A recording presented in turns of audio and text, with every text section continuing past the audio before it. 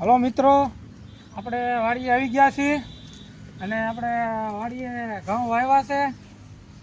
હાલો આપણે બકાલું વાવ્યું છે, બકાલો જોવા જઈએ આપણે કેવું બકાલું ઉગ્યું છે.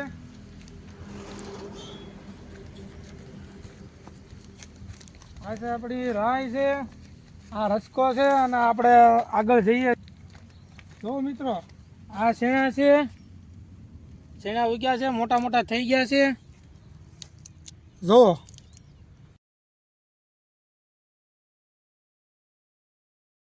હાલો આગળ આપણે જઈએ, જોઈ લ્યો છે.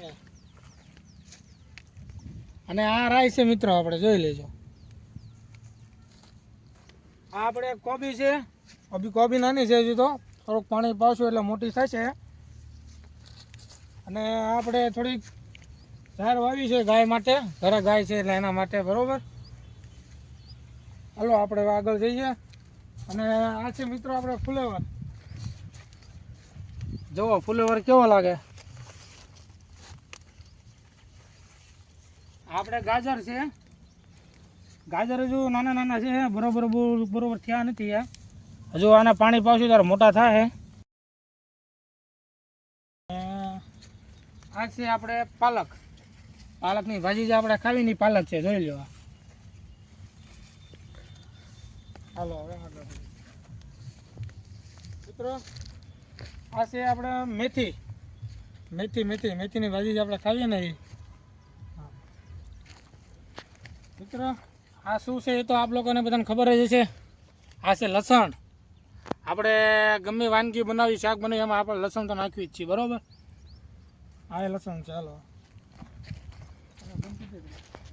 આવો મિત્રો, આપણા સાહેબ કોથમરી છે, કોથમરી આપણે પણ દેખાડ્યું છે. આપણી કોથમરી છે, કેવી લાગે? સરસ થઈ ગઈ ને? ચાલો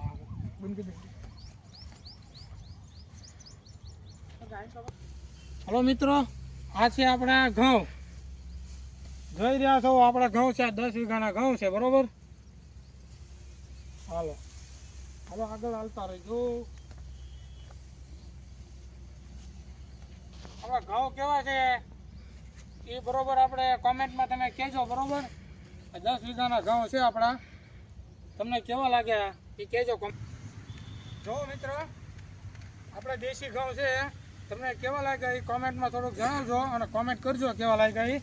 અને પવનના કારણે થોડાક નમી ગયા છે ઘઉં, બરોબર.